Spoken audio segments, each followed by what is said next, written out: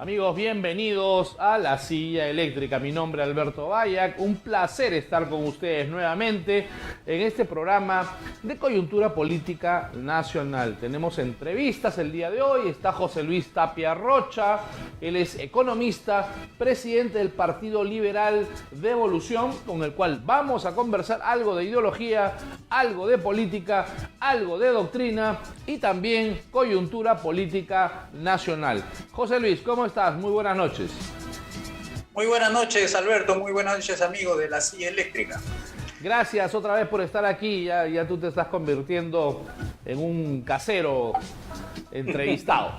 José Luis, gracias, ¿qué tal? ¿Cómo estás? ¿Cómo van las cosas? Bien, bueno, analizando la coyuntura, pues. Ajá. Como tú sabes, esta coyuntura política pues tiene sus momentos en que está pasiva y luego se vuelve una silla eléctrica porque sí, pues, prácticamente cambia de la noche a la mañana las circunstancias políticas, sí, y ya pasamos de un tema a otro. Ayer a mí me ha dado realmente, ¿sabes qué? Mucha vergüenza ajena y lástima profunda las declaraciones de la esposa del presidente de la República, ¿no? De la señora Paredes, ¿no? Ella tuvo que dar su testimonial y lamentablemente no quiso responder absolutamente ninguna de las 30 preguntas que le hicieron, ¿no? Debido a su participación en procesos o en casos que todavía no se han dilucidado, pero que evidentemente y presumiblemente conllevan a un tema de corrupción sistemática, generalizada, real en el entorno del presidente de la República. Cabe señalar que su hermana está involucrada también en un caso de presunto cohecho al favorecer a alguna empresa. ¿Qué te parece esto que hemos podido apreciar el día de ayer? Se habla que ella es evangélica, que es una señora que asiste a la iglesia, se dice que ella es una mujer llena de valores, pero lo que yo he visto el día de ayer, José Luis, deja muchísimo que desear. Bueno, tú sabes que los santos en arca y pecadores todos pecan, ¿no? Y lo que está ocurriendo es que el sistema, creo que una vez lo conversamos en tu mesa, sí, el sistema está diseñado para que cualquiera que entre a gobernar, sí, peque, ajá, se corrompa, ajá, se vuelva una persona que en lugar de pensar en el país, empieza a pensar en su bolsillo, sí, en los negocios. Entonces, con esos incentivos, es difícil pues gobernar, porque hay un montón de leyes malas, tan malas, que lo único que le hace pensar al gobernante es cómo sacar provecho político, provecho económico, estatus, mejoras económicas que no lo puede obtener en el sector privado, dadas las condiciones materiales, legales, institucionales, que impiden que una persona esté su cabeza y los negocios concentrados en el mercado y no mirando la política como una tabla de salvación, ajá, que vaya a cambiarle la vida porque hay un decreto, un amigo del gobierno que le da el favor. Has dicho algo bien importante y quiero digamos, implementar la frase que has mencionado. Estos gobernantes de último cuño, ¿no? Corruptos, ¿no? Probadamente corruptos, están concentrados solamente en el robo y en la satisfacción personal de llenar las arcas y llenar sus bolsillos de dinero del Estado. Pero se distraen en el momento que están, digamos, robando y dejan de lado la gran posibilidad de generar grandes políticas nacionales para la transformación de la patria. Y esto, la verdad, es algo muy complicado que estamos viviendo. Tú sabes que en las encuestas siempre sale los mismos temas en prioridad, más o menos entre 1 y 2. La primera sale... no me alcanza el dinero. Sí. Segundo, la seguridad. El tercero, no tengo empleo. Fíjate que eso se lo dicen a cada rato las encuestas. Sí. Si una persona está concentrada en gobernar, uno tiene que ir a atender esos problemas que se lo piden permanentemente la gente. Claro. Entonces, imagínate el poder el poder corrupto que está internamente diseñado para delinquir, cómo lo distrae de algo tan evidente en las calles, que se lo pide la gente en las calles, que tenga que estar desviando su atención yéndose a temas nada santos, y eso pues es lamentable, porque se supone que uno va a la presidencia no a ganar plata, uno va a la presidencia a trascender, a hacer historia, a que sea recordado como el mejor presidente, no a por 30.000 soles o un iPhone se tenga que bajar el nivel, la prestancia de una investidura de presidente de la República a estar pidiendo un iPhone o 30.000 soles. Eso es algo pues inconcebible, pero mira, yo creo que esto nos da muestras de que no es un tema, la corrupción no es un tema de los ricos solamente, es un tema también que ataca hasta el más santo que se pueda vestir.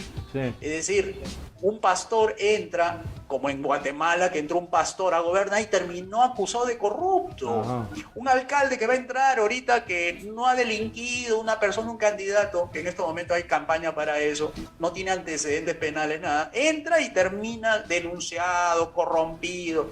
O sea, el problema, Alberto, es un problema gravísimo que tenemos en el Perú, y se cree que el tema es cambio de persona, y nosotros estamos insistiendo, tanto del partido como el Instituto de Libre Empresa, en que el tema no es personas, es un cambio de reglas de juego, porque esa regla de juego está corrompiendo internamente a las personas y también a las instituciones, al punto que la gente está descreída del funcionamiento de la fiscalía, de la policía. Por ejemplo, lo que hemos visto ayer con esta detención arbitraria del señor Villaverde, creo que se apellida, muestra pues la debilidad institucional del Estado de Derecho. ¿Cómo es posible que 4 horas, 5 horas esté una persona que va a denunciar y resulta que el sistema informático no esté funcionando? Entonces, eso es síntomas de que el sistema, que nosotros le denominamos estatista, está malogrando las instituciones y malogrando la honra de la gente, y está proclives a robar, como estamos viendo pues en estos momentos. Porque este no es un tema de Castillo, esto viene arrastrándose desde muchos años, pero se ha acentuado más por esta cobertura que le dan los medios. Hay más medios que antes, más descentralizados. Entonces se ve más, se expone más, pero la corrupción siempre ha existido. Entonces antes, eso hay que corregirlo, ¿no? Antes los robos de los presidentes de la República eran soterrados, ¿no? Salían al segundo, al tercer año, producto de investigaciones periodísticas o a través de la Contraloría General de la República o la Fiscalía de la Nación. Eran robos, era cohecho, evidentemente, a través de licitaciones, de grandes licitaciones o adjudicaciones públicas.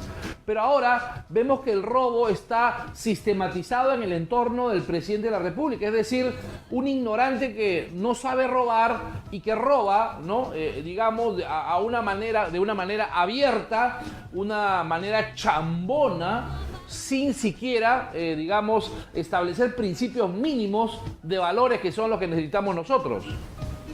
Sí, pero fíjate, Alberto, sin ser aguafiesta, por cierto, y es que las personas con valores, si van a gobernar en esas condiciones, van a tener que renunciar. Claro. Hacen las reformas, por ejemplo, la política que nosotros ahí proponemos, reducir el tamaño del Estado, que es necesario, porque es el pararrayo de los intereses y es el pararrayo de la corrupción. No van con esa idea, sino más bien a engordar con más presupuesto estatal, más leyes, que hace imposible pues de que la corrupción vaya a disminuir, porque la corrupción no es la causa de los problemas, es el efecto de un sistema perverso, malo, inhumano, que tienes tú los hospitales vacíos de medicina o está saturado de personas para atenderse en medicina general, pero sí hay plata. 13.000, 22.000 millones la Contraloría hace una semana dijo que la corrupción en el año 2021 ha sido 22.000 de pérdida, es decir, del presupuesto ejecutado que fue el año pasado 180.000, 22.000 millones se va en corrupción. Pero eso es un efecto, no es la causa es la que hay que atacar, y esto es disminuyendo los poderes del gobierno, y eso se hace a través de derogación de leyes malas. Adelgazando el Estado evitamos mayor burocracia, evitamos corrupción generalizada, y también evitamos estas asesorías, estas consultorías, digamos, corruptas que se dan, ¿no?, a vista y paciencia de todo el mundo en el Ministerio de Cultura, en el Ministerio de Inclusión Social, y que irrogan al Estado peruano ingentes cantidades de dinero. Así es, correcto, y esto pues se puede cambiar. No es que estemos predestinados a ser un país con altos niveles de percepción de corrupción a nivel mundial, sino que esto se puede cambiar realizando reformas, ¿no? La reforma política principalmente, la reforma económica, la reforma educativa, de salud y pensiones, para justamente hacer que la gente ya no esté viendo la corrupción como el único tema y que es el tema de los medios, ¿no? Porque eso es lo que más o menos muestran la radio, la televisión, los periódicos, pero ¿y la agenda pública? ¿Qué hay con las personas que no le alcanza el dinero a fin de mes? De eso no se discute. No se dice. Pero sí discutimos de temas que tienen que ver más con las políticas públicas, con los funcionarios públicos, clase media, clase alta, el tema de la corrupción. Pero ¿y qué le decimos a la clase C, D y E? Esos que no le alcanza el dinero. Claro. ¿Qué podemos decirle? ¿Qué podemos ofrecerle como salida? Nosotros estamos haciendo acá docencia política, Alberto. Sí, claro. Al decirle a la gente, miren, fíjense que lo que ustedes están viendo no es política, es politiquería. Sí. Y lo que hay que hacer es mirar a los verdaderos problemas de un peruano, que es no le alcanza el ingreso, no tiene empleo, las calles están inseguras y además tienen grandes deudas, porque sí, claro, la cuarentena del señor Vizcarra arruinó a todos. Nos arruinó a nosotros, los profesionales, nos arruinó a los comerciantes, sí, a las pequeñas empresas. Y entonces esa ruina, ese menos 11% del PBI, se tiene que compensar con mercados abiertos, con privatizaciones populares, esas reformas que no se atreve a hacer ni la izquierda, ni la derecha, ni nadie, porque saben que se requiere de valentía, se requiere de coraje y de una convicción. Claro que sí. Vámonos a un corte comercial y seguimos contigo, José Luis. Esto es La Silla Eléctrica. Volvemos.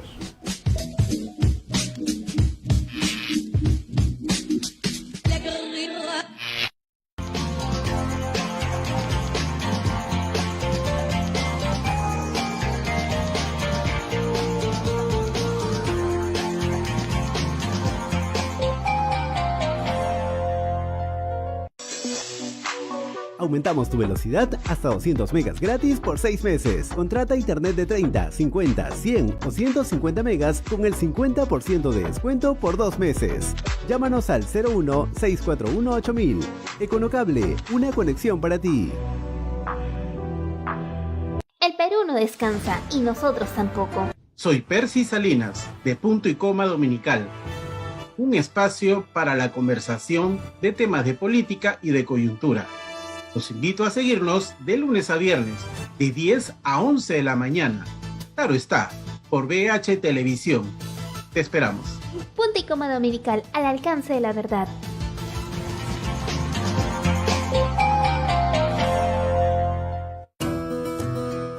Hola, soy Fátima Saldonit y te espero todos los miércoles a las 7 de la noche en Cuéntamelo Todo, un espacio para disfrutar del arte y la cultura. Todos los miércoles a las 7 de la noche por VH TV. ¿Todavía no disfrutas de CableGo? Obtenerlo es muy fácil. Primero ingresa a la web cablego.p y presiona el botón Regístrate aquí. Ingresa los datos del titular, ciudad, digita un correo al que tengas acceso, DNI y celular. Acepta los términos y condiciones y presiona registrarse. Te enviaremos un código al correo que digitaste. Ingrésalo y presiona enviar. Ahora debes crear una contraseña. Esta te servirá para ingresar a tu cuenta de CableGo y presiona enviar. Finalmente, afilia tu código. Verás los servicios con los que cuentas. Presiona afiliar y para finalizar, guardar cambios. Así de fácil. Ahora descarga la app en App Gallery, Google Play, App Store o ingresa a cablego.com.p, digita el correo y contraseña que creaste y disfruta de CableGo, televisión en tus manos.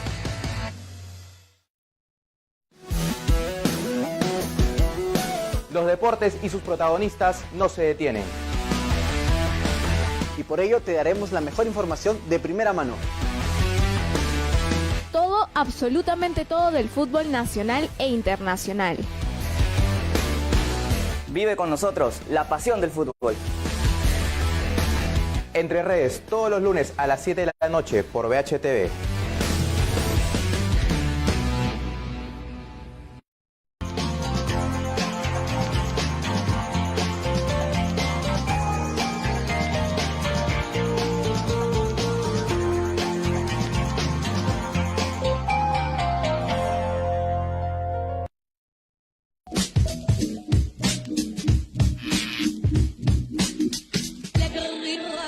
Amigos, regresamos, esto es La Silla, estamos con José Luis Tapia Rocha haciendo análisis de coyuntura política nacional.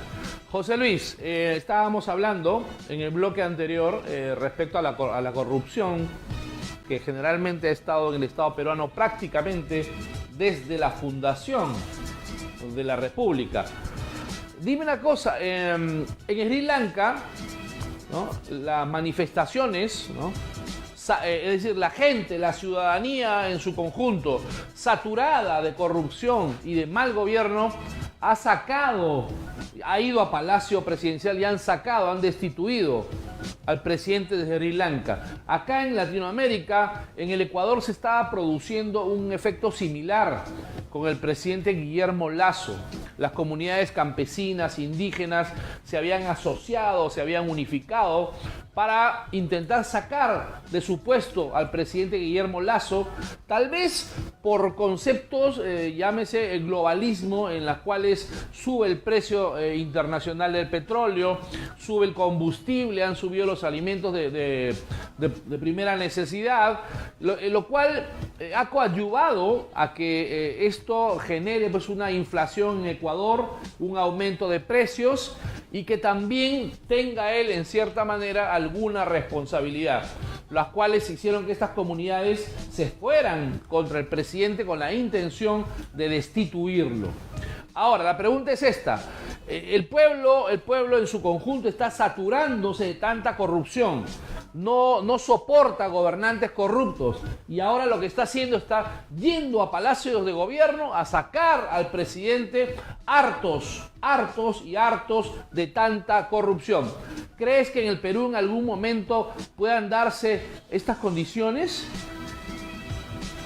Ya hemos visto algo parecido en noviembre del 2020. Ajá. Recuerda cuando salió la gente a destituirlo al bien elegido presidente constitucional, el señor Manuel Merino.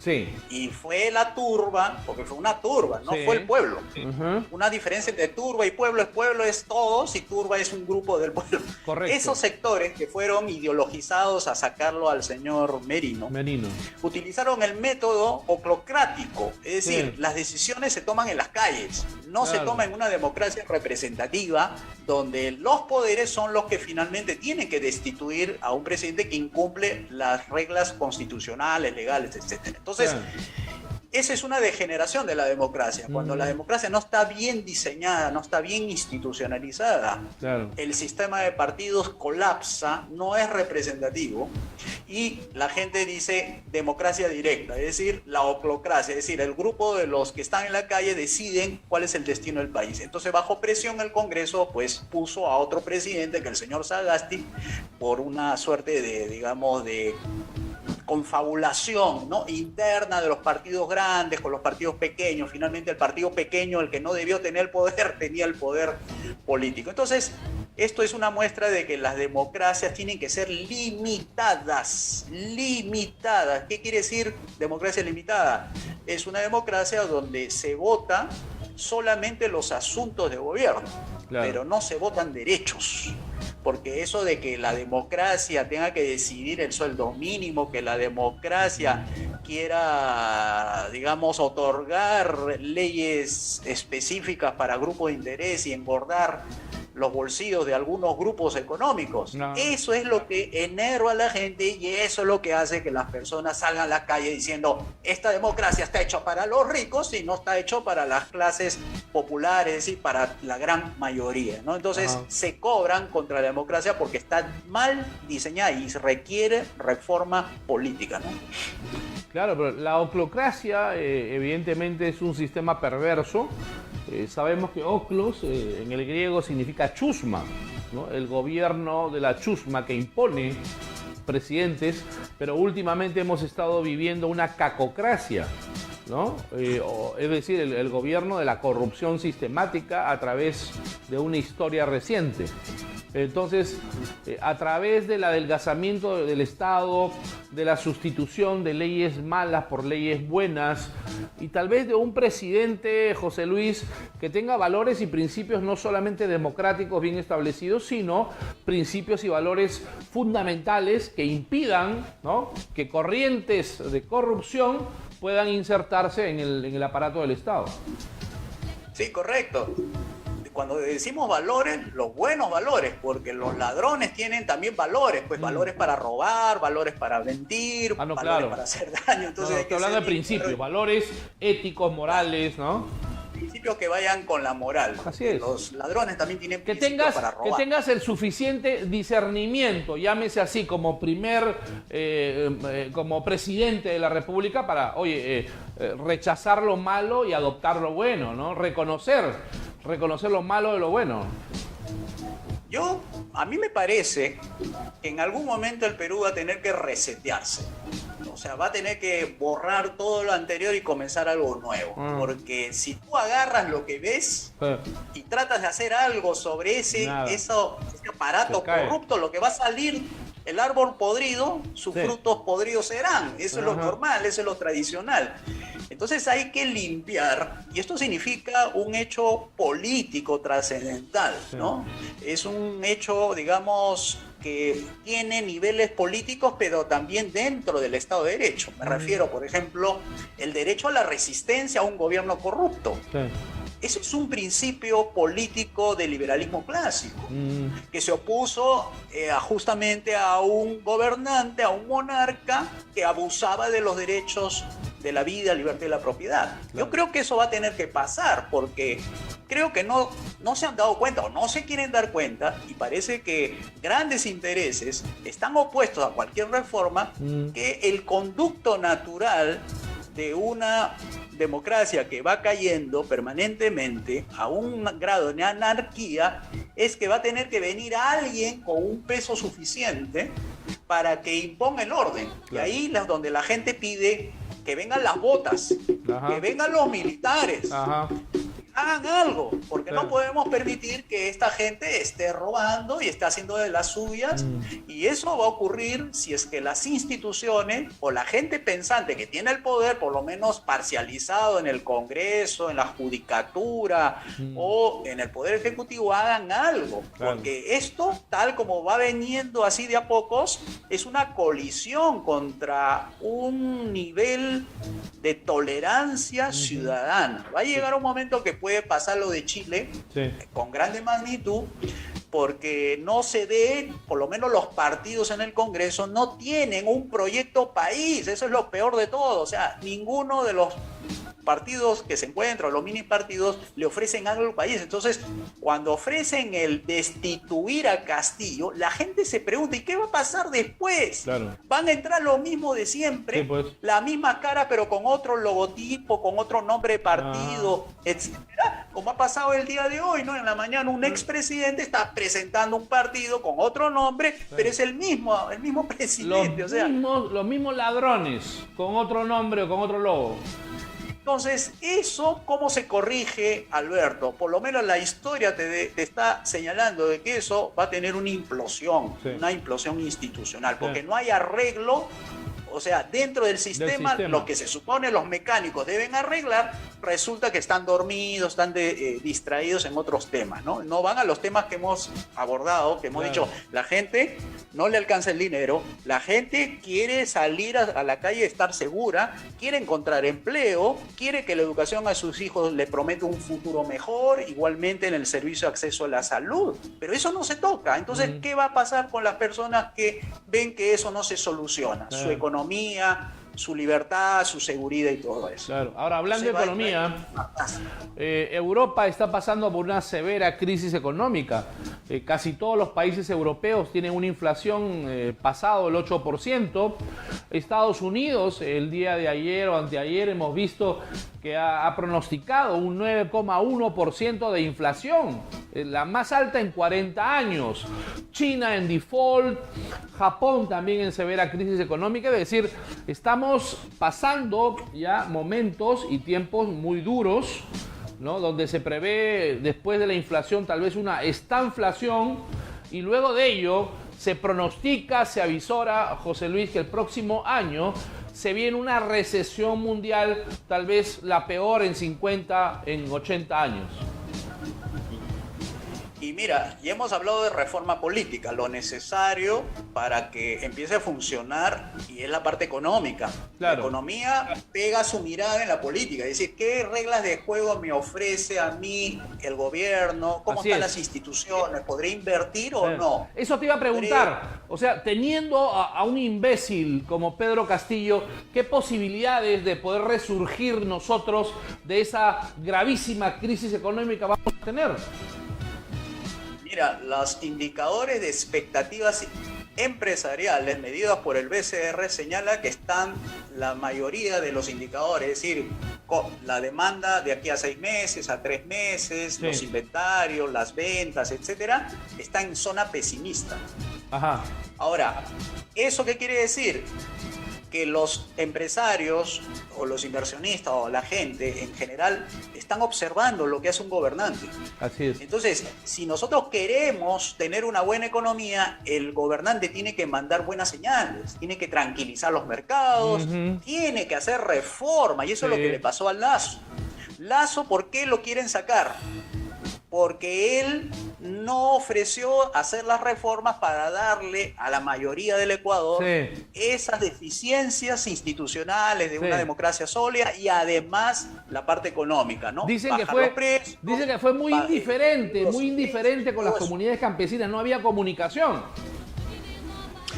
Claro, entonces, si tú no haces reformas, entonces la parte económica te acelera la descomposición institucional. Claro. O sea, ya la gente, cuando le toca su bolsillo, empiezan las personas a decir, bueno, estos gobiernos ya ni para la economía sirven, no me aseguran nada, entonces tendré que votarlos de alguna manera porque me está arruinando mi vida y yo no quiero que mi familia se vaya del país, ¿no? Entonces, esas soluciones que debieron haberlo hecho, que era hacer la reforma política, la reforma económica y en realidad las 3 reformas sociales que hemos mencionado, no lo hicieron y se están cobrando la factura. Entonces, igual va a suceder con el caso del señor Boric. El señor Boric está acentuando la descomposición a través de una constitución que parece que no va a ser rechazada, porque la diferencia entre el no y el sí se está cortando cada vez más.